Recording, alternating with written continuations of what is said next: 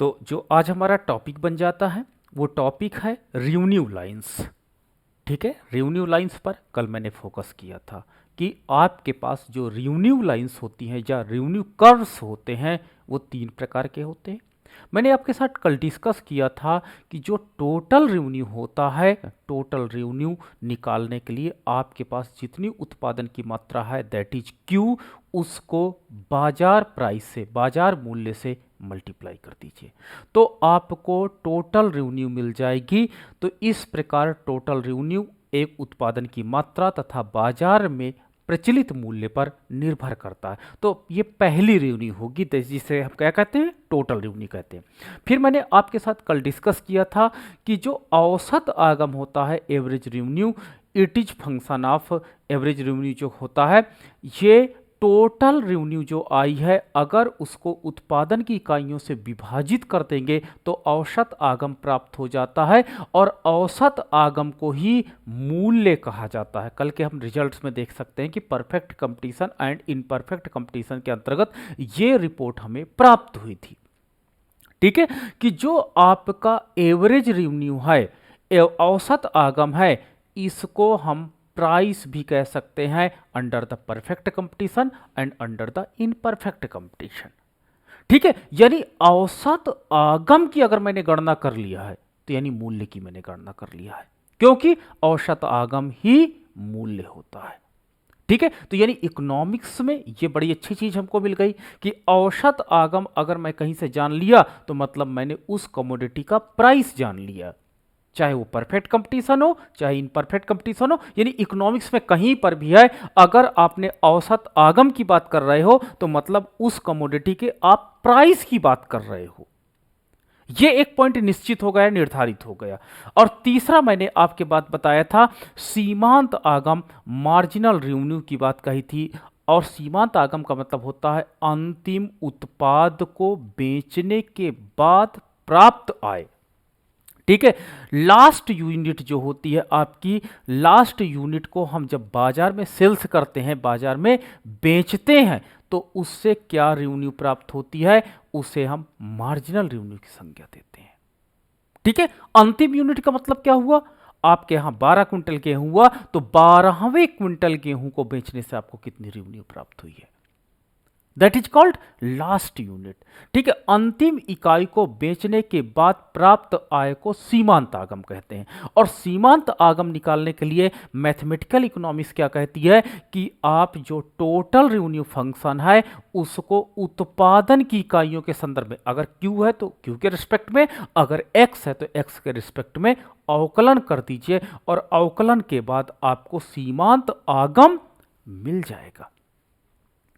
तो ये तीन चीज की मैंने आपको कल डिस्कस किया था, मैंने ग्राफिकल रिप्रेजेंटेशन किया और आपको थ्योरेटिकल भी मैंने इसके कॉन्सेप्ट को क्लियर किया था। तो आज हम दो फिर से एक बार रिवाइज कर लेते हैं कि ये जो तीन प्रकार के आगम होते हैं, that is total revenue, that is average revenue and that is marginal revenue. ये तीनों revenue perfect competition and imperfect competition के अंतर्गत कैसे पाए जाते हैं। तो मैंने, और इसी के आधार पर मैं दूसरा टॉपिक जो आपके साथ आज डिस्कस करूंगा कि इन फंक्शंस को हम कैसे जनरेट करेंगे, इन फंक्शन को हम कैलकुलेट कैसे करेंगे और इन फंक्शन से इलास्टिसिटी कैसे कैलकुलेट करेंगे। क्योंकि इलास्टिसिटी में एक अभी बचा था कि अगर demand function is given then how we can calculate the elasticity. तो ये पॉइंट अभी हमारे पास वहां पर बचा था, तो उसको हम रेवेन्यू लाइन से फंक्शन जनरेट करना सीखेंगे एंड फंक्शन से इलास्टिसिटी कैलकुलेट करना भी सीखेंगे आज। तो चलिए देखते हैं। सबसे पहले मैंने आपसे बात की थी परफेक्ट कंपटीशन। ठीक है, परफेक्ट कंपटीशन मार्केट, जिसको हिंदी में हम लोग पूर्ण प्रतियोगी बाजार कहते हैं, पूर्ण प्रतियोगी बाजार के नाम से जानते हैं। पूर्ण प्रतियोगी बाजार क्या होता है, पूर्ण प्रतियोगी बाजार वो बाजार होता है जिसमें प्रत्येक इकाई का मूल्य प्रत्येक जगह पर समान होता है। बहुत इंपॉर्टेंट पॉइंट हो जाता है कि प्रत्येक इकाई का मूल्य, प्रत्येक इकाई का मूल्य, price of every unit of the commodity, प्रत्येक इकाई का मूल्य प्रत्येक जगह पर, आप दिल्ली में खरीदो तो वही रेट, बेंगलोर में खरीदो तो वही रेट, प्रत्येक जगह पर या बाजार में समान रहता है। ये लिख सकते हो, प्रत्येक इकाई का मूल्य बाजार में समान पाया जाता है, समान पाया जाता है,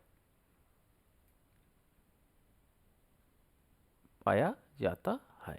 ठीक है, तो ये इसकी सबसे बड़ी विशेषता परफेक्ट कंपटीशन की। ठीक है, इंडियन रेलवे में मैंने बोला परफेक्ट कंपटीशन है, पोस्ट ऑफिस में परफेक्ट कंपटीशन है। परफेक्ट कंपटीशन का मतलब, एक आप इन्वॉल्व खरीदते हो 5 रुपए का, 2 खरीदोगे 10 रुपए के, 3 खरीदोगे 15 रुपए का। ऐसे नहीं कह देगा कि 3 खरीद रहे हो डिस्काउंट दे देते, नो। अप्लीकेशन फॉर्म भर रहे हो, एक बच्चे का आपने एप्लीकेशन भरा 200 रुपए, 2 का भरा 400 रुपए। ठीक है, तो that is the example of the perfect competition market. और परफेक्ट कंपटीशन मार्केट के अंतर्गत एवरी यूनिट, चाहे आप 1 यूनिट खरीदिए, चाहे 2 यूनिट खरीदिए, चाहे 3 यूनिट खरीदिए, प्रत्येक यूनिट का मूल्य समान होता है, जिसके कारण अर्थव्यवस्था में प्राइस सिमिलरिटी पाई जाती है। आपने चीनी देखा होगा, चीनी मैं 90% कह सकता हूं कि this is the product of the perfect competition. क्यों है परफेक्ट कंपटीशन का? क्योंकि आप जहां भी जाओगे मार्केट में, अगर 40 रुपये केजी का, तो लगभग 40 रुपये केजी का सभी लोग बेच रहे होंगे। तो this is the situation of the market. ठीक है, और इसमें मैंने आपके साथ जब डिस्कस किया था कि जो टोटल रेवेन्यू यानी कुल आगम होता है, कुल आगम क्वांटिटी इनटू प्राइस के आधार पर हम लोग कैलकुलेट करते हैं कि अगर उत्पादन की मात्रा को मूल्य से गुणा कर दिया जाए तो हमें कुल आगम प्राप्त हो जाएगा।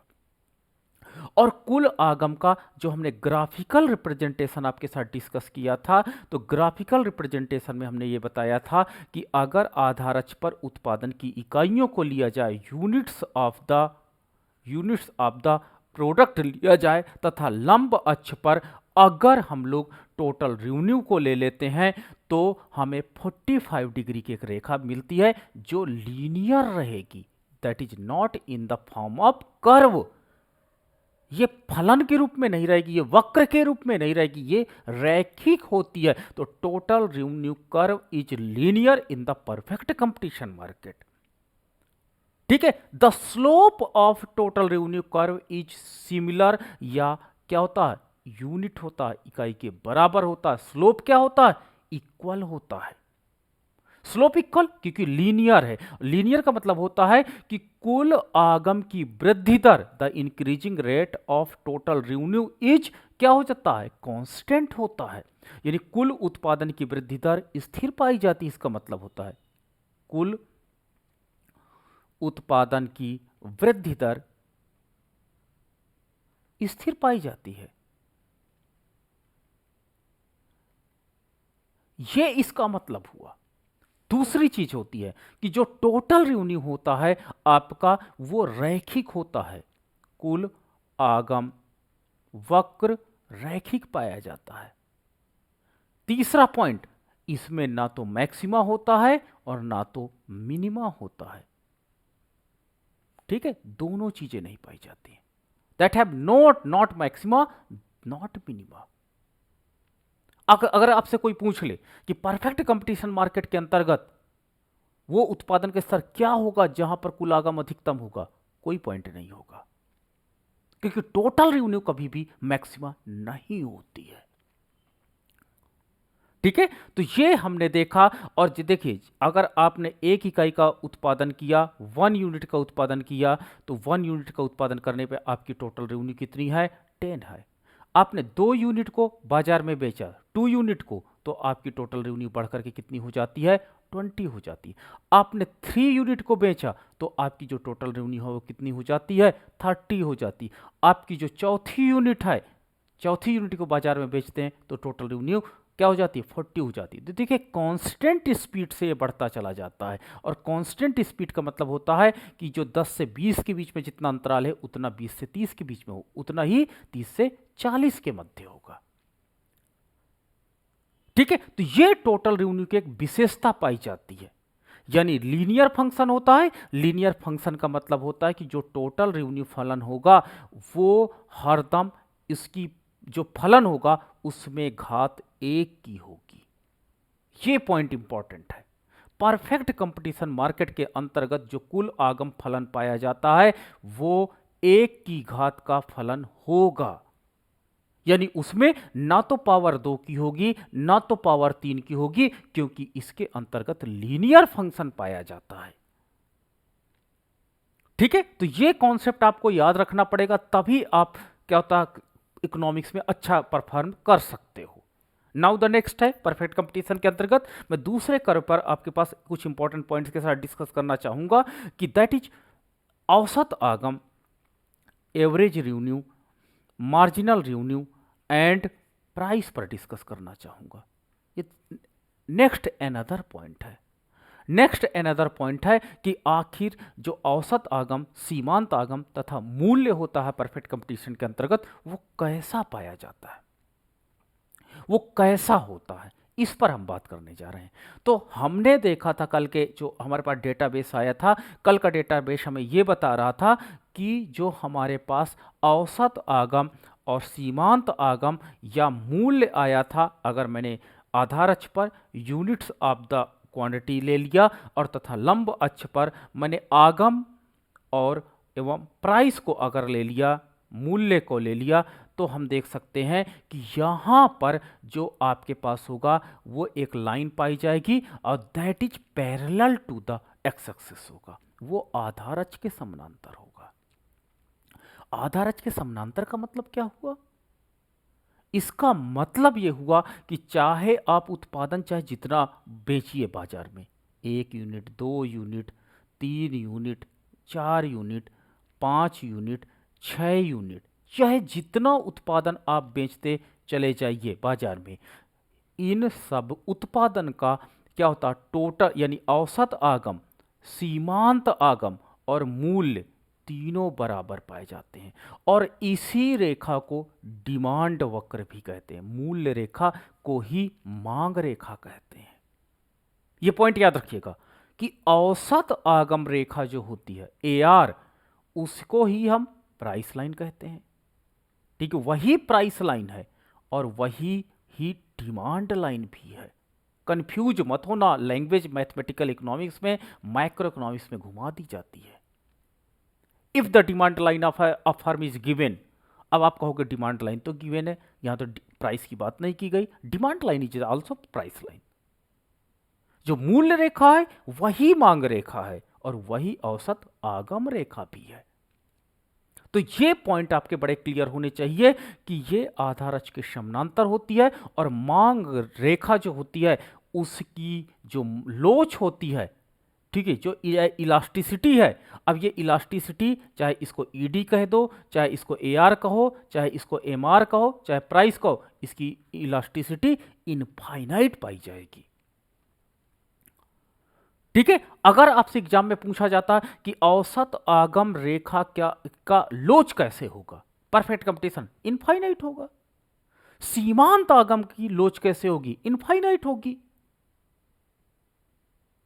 ठीक है, तो ये पॉइंट बहुत इंपॉर्टेंट आपका हो जाता है, जो आपके एग्जाम्स में परेशान करने वाले प्रश्न बन जाते हैं। तो ये कॉन्सेप्ट आपका आना बहुत इंपॉर्टेंट है। तो मैंने डिस्कस किया आपके साथ टोटल रेवेन्यू फंक्शंस की, टोटल रेवेन्यू मैंने ग्राफ आपके साथ डिस्कस किया, उसके कैरेक्टरिस्टिक बताए, मैंने औसत आगम तथा सीमांत आगम की बात किया और उसके कैरेक्टरिस्टिक बताए। अब मैं इन परफेक्ट कंपटीशन या अपूर्ण प्रतियोगिता के अंतर्गत बताने जा रहा हूं कि जो अपूर्ण प्रतियोगिता होता है, अपूर्ण प्रतियोगिता,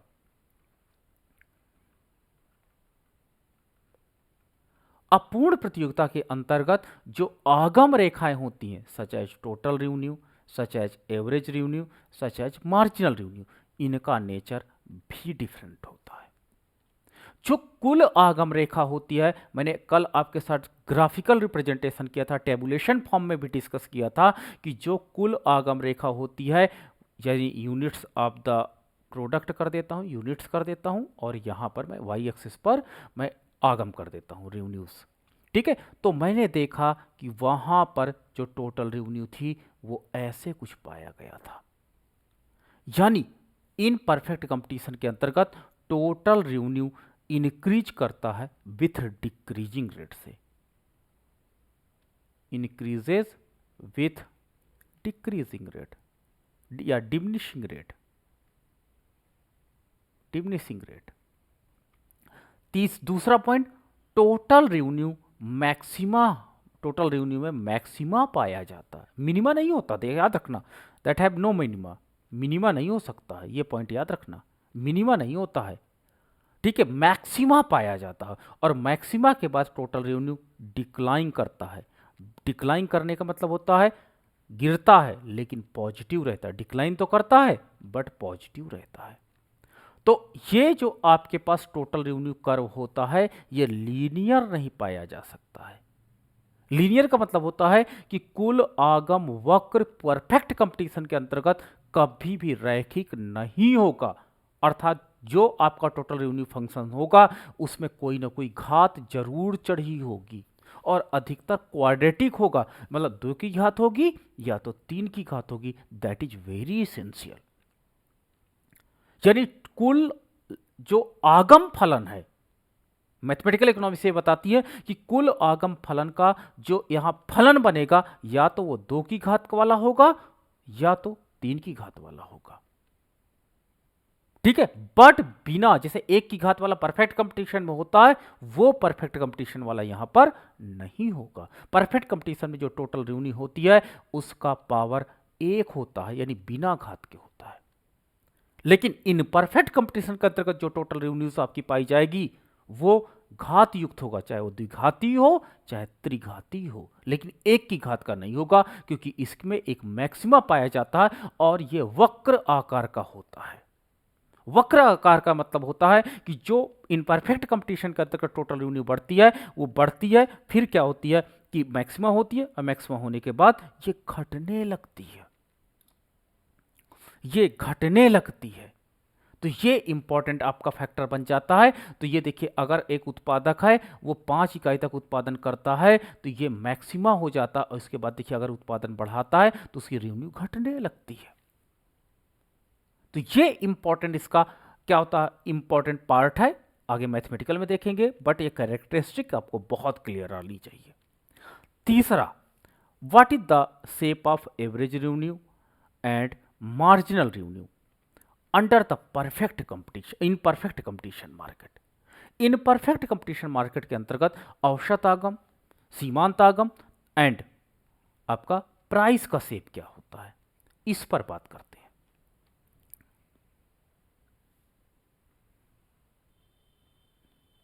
आधार अच्छा है, ये वाई है, एक्सिस है। अब देखिए यहां पर जो औसत आगम होगी वो नीचे की ओर गिरती हुई होती है और औसत आगम को ही हम लोग प्राइस लाइन एंड इसी को हम लोग डिमांड लाइन बोलते हैं,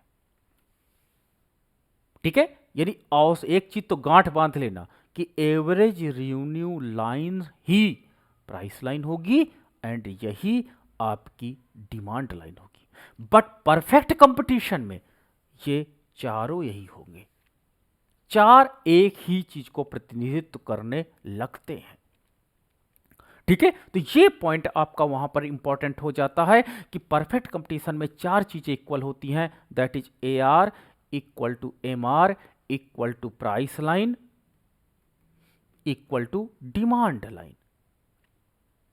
ये चार चीजें इक्वल होती हैं, जबकि इन परफेक्ट कंपटीशन के अंतर्गत एम आर भर इसका पार्ट नहीं होता है, एम आर इसका पार्ट नहीं होगा, बाकी ये तीनों आपस में बराबर रहेंगे। एम आर भर हट जाएगा तो ये पॉइंट इंपॉर्टेंट है परफेक्ट कंपटीशन और इन परफेक्ट कंपटीशन के बीच अंतर लाने के लिए, दिखाने के लिए। चलिए आगे देखते हैं।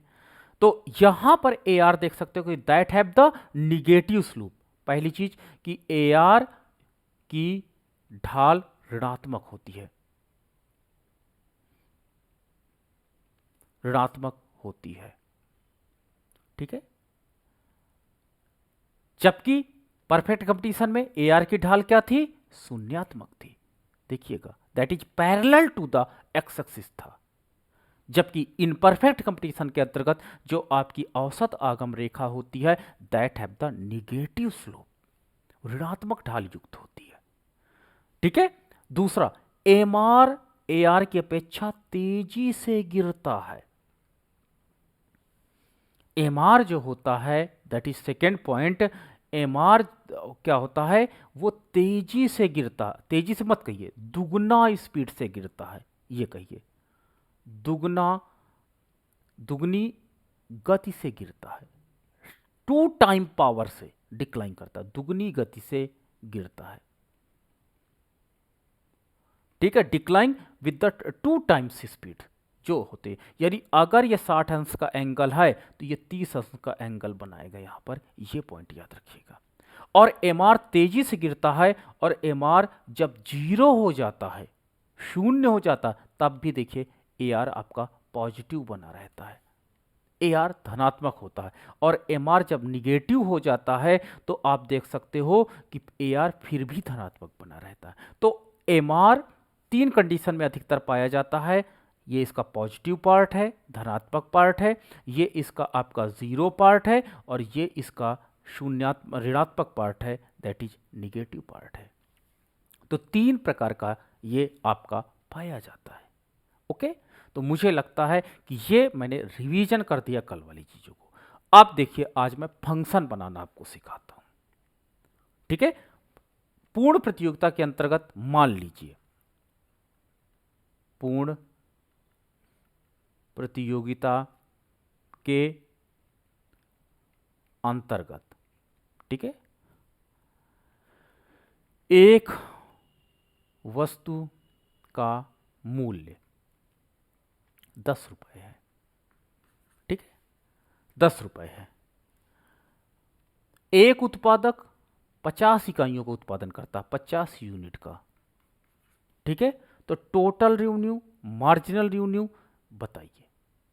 ठीक है, तो मैं देख लेता हूं कैसे बनेगा। तो टोटल रेवेन्यू क्या होता है, टोटल रेवेन्यू बराबर P इंटू क्यू। अभी मान लो 10 रुपए दिया रेट, अभी यूनिट नहीं पता आपको, 50 यूनिट मैं बाद में जोड़ता हूं।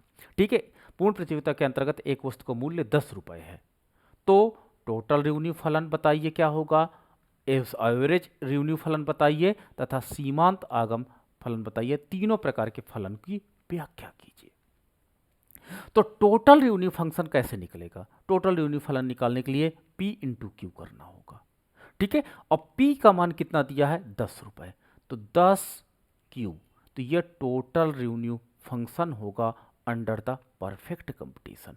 क्योंकि मैंने बोला था कि जो कुल आगम फलन होता है परफेक्ट कंपटीशन के अंतर्गत, उसमें जो आपका प्रोडक्ट यूनिट होता है उसकी पावर अधिकतम 1 होगी, और यहाँ पे देखो कोई पावर नहीं, मतलब इसका पावर 1 है, तो इसलिए ये कुल आगम फलन है। ठीक है, कुल आगम फलन है जिसमें टोटल रेवेन्यू अगर आप कैलकुलेट करना चाहते हो तो आप Q का मान रख दीजिए। और मैंने बोला था कि यदि Q का मान 50 यूनिट है, 50 इकाइयों का उत्पादन कर रहा है एक उत्पादक, तो कितना कुल आगम होगा, तो आपका हो जाएगा 10 इंटू 50। ठीक है, हमने वैल्यू रख दिया 10 में 50 का गुणा कर दिया, और कुल आगम मुझे निकल करके आ जाता है 500 कुल आगम हो जाएगा।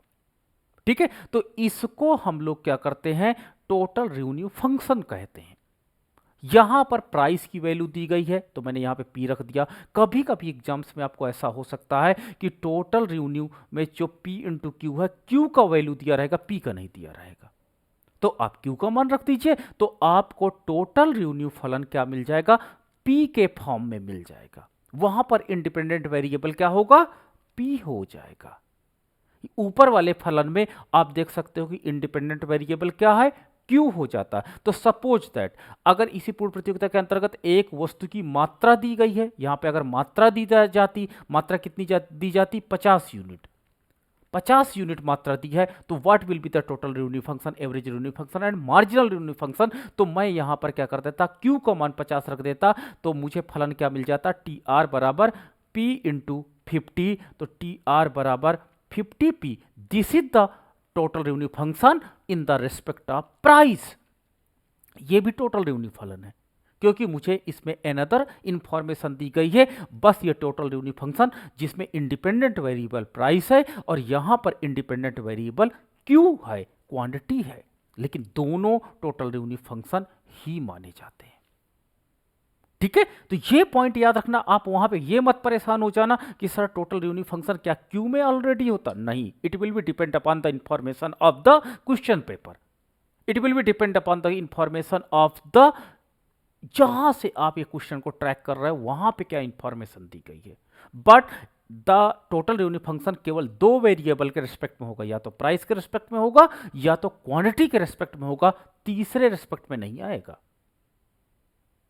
ठीक है, इन द देखो, या तो आपका जो टोटल रेवेन्यू फंक्शन आपको मिलेगा, या तो आपको इस तरह का मिलेगा, या तो आपको इस तरह का मिलेगा, कोई प्रॉब्लम नहीं है। मतलब इसका यह है कि एक की इंफॉर्मेशन दी है, दूसरे वेरिएबल की इंफॉर्मेशन नहीं गिवन है आपको, इसका यह मतलब होता है। तो यहां पर मैंने दो प्रकार के आपको टोटल रेवेन्यू फंक्शन निकाले हैं, लेकिन दोनों फंक्शन इंफॉर्मेशन के अनुसार कैसे जनरेट किए जाते हैं मैंने वो बताया है। अब आपको एवरेज रेवेन्यू, क्योंकि मुझे इसमें इंफॉर्मेशन चाहिए था कि औसत आगम कैसे निकलेगी, तो औसत आगम निकालने के लिए, एवरेज रेवेन्यू निकालने के लिए मुझे पता है कि टोटल रेवेन्यू को अगर उत्पादन की इकाइयों से विभाजित कर दिया जाता है, ठीक है, ये इस फलन पे काम करेगा ऊपर वाले में। और अगर एवरेज आपको निकालना है तो ये आप देखिए, तो यहां पर टोटल रेवेन्यू दिया है, टोटल रेवेन्यू क्या है आपका 10Q है, बाई Q है, Q से Q कैंसिल, तो बचेगा क्या 10। तो देखिए मैंने क्या बोला था आपसे कि प्राइस ही आपका औसत आगम होता, देखिए वही चीज आ गई। तो ये आपका AR वैल्यू भी है एंड फंक्शन भी है। परफेक्ट कंपटीशन के अंतर्गत जो औसत आगम होता है उसके साथ कोई वेरिएबल नहीं लगा होता है, कोई भी वेरिएबल नहीं लगा रहेगा, ये पॉइंट नोट रखिएगा। तीसरी चीज, अब आपको सीमांत आगम कैलकुलेट करना है। सीमांत आगम, क्योंकि दैट इज थर्ड इंफॉर्मेशन, तो सीमांत आगम के लिए मैंने आपसे बताया था कि आपको उत्पादन की इकाइयों के सापेक्ष क्या टोटल रेवेन्यू फलन को अवकलित कर दीजिए। लेकिन अगर आपको टोटल रेवेन्यू फंक्शन पी के रेस्पेक्ट में दिया है तो यहां पे डी अपन डी क्यू ना दे करके डी पी करना पड़ेगा आपको, एम आर फंक्शन को कैलकुलेट करने के लिए, एम आर फंक्शन को जानने के लिए। ठीक है, तो चलो यहां पे करते हैं। तो इसमें टोटल रेवेन्यू फंक्शन है, इसका अवकलन करते हैं, तो D upon D Q bracket में आपके पास हो जाता है दैट इज 10Q, और आपका जब इसका अवकलन करेंगे तो बचेगा 10। तो देखिए एम आर की वैल्यू क्या आ गई 10, और परफेक्ट कंपटीशन में मैंने बताया था कि जो प्राइस है, जो AR है तथा जो आपका MR है, तीनों बराबर होते हैं। तो यहाँ पर देखिए 10 10 10 तीनों जगह 10 10 मिल जाता है, तो यानी प्रूफ हो जाता है कि AR equal to MR equal to price, तीनों बराबर है। सर ये डी अपन डी क्यू, ये क्यू वाला नहीं समझ में आया। क्यों अवकलन नहीं है ये? हाँ पर आगे वाला सर। ये हाँ हाँ, ये अवकलन है। अवकलन कैसे, ये बताइए, बाकी लोग बताइए अवकलन है कि नहीं किया मैंने? अवकलन तो सर पता है। तो अवकलन, इसको अवकलन कैसे करोगे आप? देखो तो डी डी अपन क्यू कैसे हो गया? क्या, अच्छा क्यू कर। तो चलो इसको अवकलन करते हैं। तो 10 D/DQ इंटू क्यू, क्यू की पावर कितनी है 1, 10, तो 1 की इंटू 1 क्यू, 1 माइनस 1, तो 1 की पावर 0 हो जाएगी। तो 10 इंटू क्यू की पावर 0, और जिसकी वेरिएबल की पावर 0 हो जाएगी वो क्या लिखा जाएगा 1, तो ये आपका हो जाएगा 10। तो यही तो हुआ था। ये सर क्यू कैसे हो गया ये नहीं समझ में आ रहा। क्यू कैसे, कहाँ पर क्यू हो गया? ये डी 10Q। क्यों, मैंने क्या बोला? मैंने एक फार्मूला बताया कि सीमांत आगम निकालने के लिए टोटल रेवेन्यू का अवकलन करना होता है। ठीक है, टोटल रेवेन्यू कितना है आप बताओ ना यहाँ पे, 10। यही तो है, हाँ तो मैंने वैल्यू रख दिया यहाँ पे 10Q का।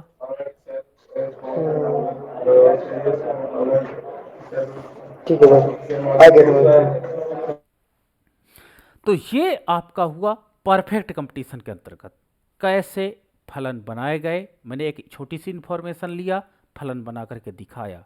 ठीक है, फलन बना करके दिखाया और आपको चीज़ें क्लियर हुई। अब मैं इनपरफेक्ट कंपटीशन के अंतर्गत देखता हूँ। ठीक है, अपूर्ण प्रतियोगिता के अंतर्गत कैसे फलन बनाए जाते हैं। अपूर्ण प्रतियोगिता के अंतर्गत हम लोग कैसे फलन को जनरेट करते हैं, इन फलन्स को आप देखिए। तो सबसे पहले क्या होता, एक वस्तु का मांग फलन दिया गया है, वस्तु का मांग फलन दिया गया है, मांग फलन दिया गया है, क्या है दिया गया है Q equal to 10 minus P, ये एक मांग फलन दिया गया है। तो टी आर बताइए क्या होगा, AR बताइए क्या होगा, तथा MR बताइए क्या होगा। तीनों चीज़ें आपको बताना है। तो हमको पता है कि P जो होता है वो AR कहलाता है। तो अगर मैं इस फलन को P के फॉर्म में कन्वर्ट कर लूँ तो मुझे AR मिल जाएगा। चलो देखते हैं। तो आपके पास क्या हो जाएगा, ये Q equal to 10 minus P है, P को उधर ले गए तो P बराबर 10 माइनस Q हो जाता है। और हम जानते हैं कि P बराबर AR होता है, ये मुझे मैथमेटिकल इकोनॉमिक्स में पता है थ्योरी के रूप में, तो यहाँ पे मैंने AR रख दिया। तो AR बराबर 10 माइनस Q। लो, एक फलन तो मुझे जनरेट हो गया, AR वाला फलन मुझे मिल गया। अब मुझे TR फलन चाहिए। तो TR फलन के लिए मुझे पता है कि TR बराबर P इंटू क्यू होता है, P इंटू क्यू होता है, और मुझे P का मान यहाँ पे पता है फलन के रूप में। ये फलन के रूप में मुझे पता है क्योंकि टोटल रिवेन्यू फंक्शन अधिकतर क्वांटिटी में बनाया जाता है, क्योंकि किसी वस्तु का जो रिवेन्यू होता है वो उसकी उत्पादन की इकाइयों पर निर्भर करता है। और उत्पादन की इकाइयाँ हम कैसे निकालेंगे, तो उत्पादन की इकाइयों को निकालने के लिए हमको फलन डेवलप करना पड़ेगा। तो ये फलन को हम कैलकुलेट कर लेंगे। तो चलिए फलन को कैलकुलेट करते हैं। तो यहाँ पर हम लोग क्या कर देते हैं कि P की वैल्यू रख देते हैं 10 माइनस क्यू। तो रख देते हैं 10 माइनस क्यू, और ये क्यू को से मल्टीप्लाई कर देते हैं। तो ये टोटल रिवेन्यू हो गया।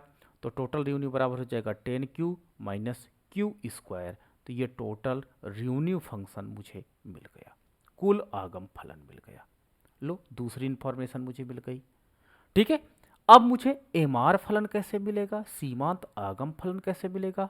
तो मुझे पता है कि सीमांत आगम फलन निकालने के लिए टोटल रिवेन्यू फंक्शन को आपको अवकलन करना पड़ेगा। कुल आगम फलन का आप अवकलन कर लीजिए। चलो अवकलन कर लेते हैं।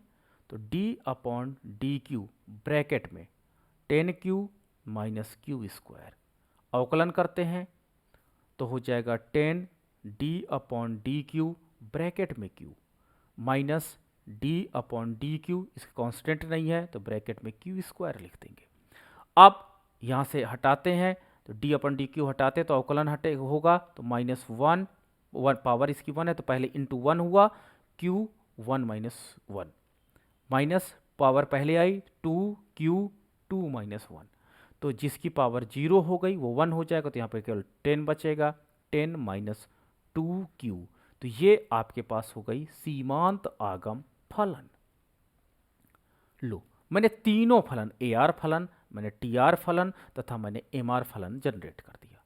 अगर इसी क्वेश्चन में दिया जाता कि यदि Q बराबर 2 है तो मान निकालिए, मान निकालिए, कोई बात नहीं, यहां पे Q बराबर 2 रख दो, यहां पर Q बराबर 2 रख दो, यहां पर Q बराबर दे दो। अगर उत्पादन की इकाइयां दिया है तो फलन के बाद आप उसको कैलकुलेट भी कर सकते हो। ठीक है, तो Q बराबर 2 हम रख देते हैं, कोई बात नहीं। तो हमारे पास क्या हो जाएगा, यहां पर हो जाएगा 10 माइनस 2 दैट इज 8, यानी AR का मान कितना आया, 8 आया। यहां पर मैं रख देता हूं Q बराबर 2, तो आपका हो जाएगा 10 इंटू 2 माइनस 2 का स्क्वायर, तो 10 दूनी 20 माइनस 4, तो हो जाएगा 16। ये टोटल रिवेन्यू फंक्शन है। ठीक है, ये 16 हो जाएगा। और तीसरा आपका MR है, तो यहां पर अगर मैं रख दूंगा तो 2 दूनी 4, तो यहां पर MR का मान कितना आ जाएगा, यहां पर आपका आ जाएगा 6। तो देखिए तीनों की वैल्यूज आ गई। ऊपर आपका देख सकते थे कि ये जो आपके थे ये फंक्शन थे, AR TR तथा MR फंक्शन थे, और ये तीन चीजें थी, AR की वैल्यू है, TR की वैल्यू है तथा MR की वैल्यूज आ जाती है। तो इस तरह आप इनकी वैल्यूज की गणना भी कर सकते हैं यदि उत्पादन की मात्रा दी गई हो तब। अगर आपके पास डिमांड फंक्शन दिया गया है तो केवल आप फलन ही निकाल सकते हो, लेकिन अगर Q की वैल्यू दी गई है तो आप उसकी वैल्यूज भी तीनों की कैलकुलेट कर सकते हो मैथमेटिकल इकोनॉमिक्स के अंतर्गत। तो ये था मेरे साइड से। अब आप अपने प्रश्न पूछिए, कहां पर समस्या किसको आ रही है।